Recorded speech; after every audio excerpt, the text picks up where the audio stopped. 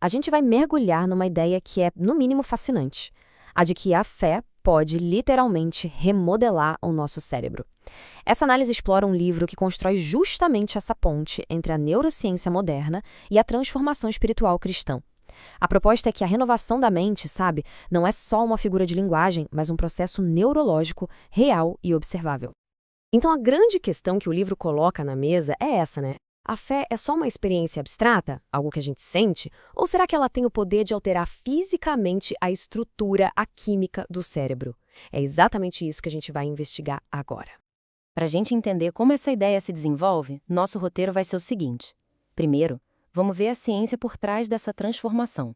Depois, a ideia do cérebro como um santuário. Em seguida, como algumas práticas, tipo a oração, podem moldar nossos neurônios. A gente vai dar uma olhada também na relação que o livro faz entre fé e física. E, por último, o que seria, afinal, essa tal de nova criação neural? Bom, vamos começar então pelo começo, pela base de tudo. Afinal, o que é essa nova disciplina que o autor propõe? O nome que o livro dá para isso é neuroteologia. Basicamente, é o estudo que tenta conectar a experiência espiritual com o que acontece no cérebro. A ideia central é que a renovação da mente não seria só uma metáfora, seria um evento físico mesmo. O autor chama de uma dança de neurônios que responde à presença do Espírito Santo. Bem interessante, né? E olha só, a base para tudo isso vem nesse versículo aí. A promessa de se tornar uma nova criação é interpretada de uma forma bem literal. Não é só no sentido espiritual. A tese é que é uma transformação neurológica. O velho que passou seria os padrões neurais antigos. E o novo que chegou, novas conexões, novos caminhos se formando no cérebro. Ok, então se essa transformação é física, a pergunta óbvia é: onde ela acontece? E a resposta que o livro dá é direta. O palco principal é o nosso próprio cérebro. A gente já conhece bem aquela ideia do corpo como templo, certo? O que a obra faz é dar um zoom nisso, deixar a coisa mais específica. O foco vai todo para a arquitetura do cérebro. A sugestão é que essa rede gigantesca de neurônios com bilhões de conexões seria o santuário, o lugar mais sagrado mesmo, o santo dos santos, onde a comunhão e essa renovação toda acontece de um jeito mais intenso. Mas aí vem a pergunta: como isso seria possível do ponto de vista científico? E aqui entra o conceito-chave do livro: a neuroplasticidade. É a capacidade que o cérebro tem, e isso é comprovado pela ciência, de se reorganizar, de criar novas conexões a partir do que a gente vive, pensa e faz. Para a neuroteologia, esse seria o mecanismo físico que Deus usaria para cumprir aquela promessa de um novo coração e um novo espírito. Certo, a partir daqui a coisa começa a ficar bem prática. Se a mente pode ser renovada e o mecanismo é a neuroplasticidade, a próxima pergunta é: quais práticas espirituais poderiam ativar esse processo?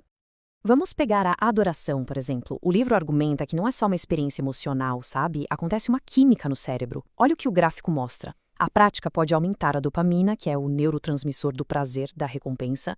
Também aumenta a serotonina, que está ligada à sensação de paz, de bem-estar. E o mais interessante, talvez, diminui o cortisol, que é o famoso hormônio do estresse. Ou seja, é uma mudança química real no corpo. Outra prática que o livro destaca é a meditação. Mas aqui tem um ponto bem importante. O autor faz uma distinção clara. Não se trata daquela meditação que busca esvaziar a mente. A proposta da meditação cristã é o contrário, é preencher a mente com a verdade divina, com as escrituras, focando de propósito em verdades específicas. E os efeitos neurológicos disso seriam, segundo a obra, mensuráveis. Por exemplo, meditar na palavra poderia acalmar a nossa amígdala, que é tipo o centro do medo no cérebro.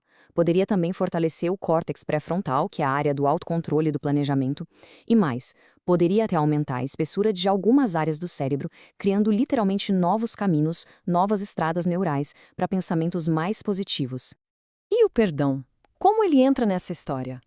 Bom, do ponto de vista neurológico que o livro apresenta, guardar rancor é como deixar o cérebro em estado de alerta máximo, com a amígdala, o centro do medo e do estresse, superativa. O ato de perdoar, então, é visto como um processo que desliga esse alarme. Ele acalma esse sistema e permite que a parte mais racional, mais empática do cérebro, o córtex pré-frontal, volte a ter o controle. É como se fosse uma invertação neurológica mesmo. Agora, a gente vai entrar num ponto um pouco mais abstrato, mas que é fundamental para entender o livro. o autor começa a usar uns conceitos da física moderna.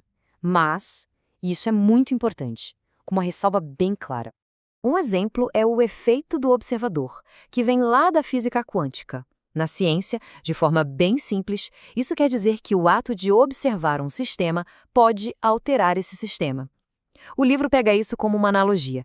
A ideia é que a fé, agindo como o observador, teria o poder de direcionar o foco, a atenção, de um jeito que acaba mudando a percepção e, no fim das contas, a experiência da realidade que a pessoa vive. E é aqui que entra aquela ressalva que eu mencionei, que é super importante para interpretar a obra direito. O próprio autor faz questão de dizer que essas referências à física são imagens pedagógicas, janelas simbólicas. Ele adverte para não interpretar isso de forma literal, como se fossem afirmações científicas. São metáforas, ferramentas para ajudar a gente a entender uma transformação espiritual que é muito mais profunda. Beleza. Com tudo isso na mesa, o que significa, então, no final das contas, essa transformação? O que é ser essa nova criação em termos de cérebro, de neurônios? A descrição que o livro faz é de uma espécie de transição de poder dentro do cérebro. O velho homem seria um estado em que as partes mais primitivas e reativas do cérebro, aquelas ligadas ao medo, ao impulso, estão no comando. Já a nova criação seria um estado diferente, onde o córtex pré-frontal, a parte mais evoluída, ligada à empatia, compaixão e autocontrole, é fortalecido por essas práticas e assume a liderança.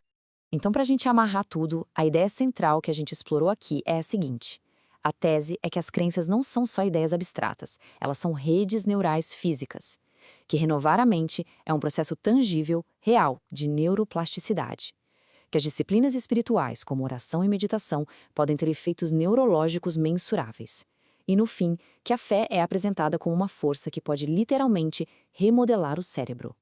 No final das contas, tudo volta para esse versículo tão conhecido. A proposta da neuroteologia é que ele não seja só um conselho espiritual, mas também a descrição de um processo neurobiológico, algo que estaria ao alcance de todos nós. E tudo isso nos deixa com a pergunta final, mas para a gente refletir mesmo. Se a gente levar em conta a premissa do livro, a de que os pensamentos e a fé podem, de fato, alterar fisicamente a estrutura do cérebro, a questão que fica no ar é: que tipo de realidade neural, que tipo de mente a fé de cada um está construindo no dia a dia?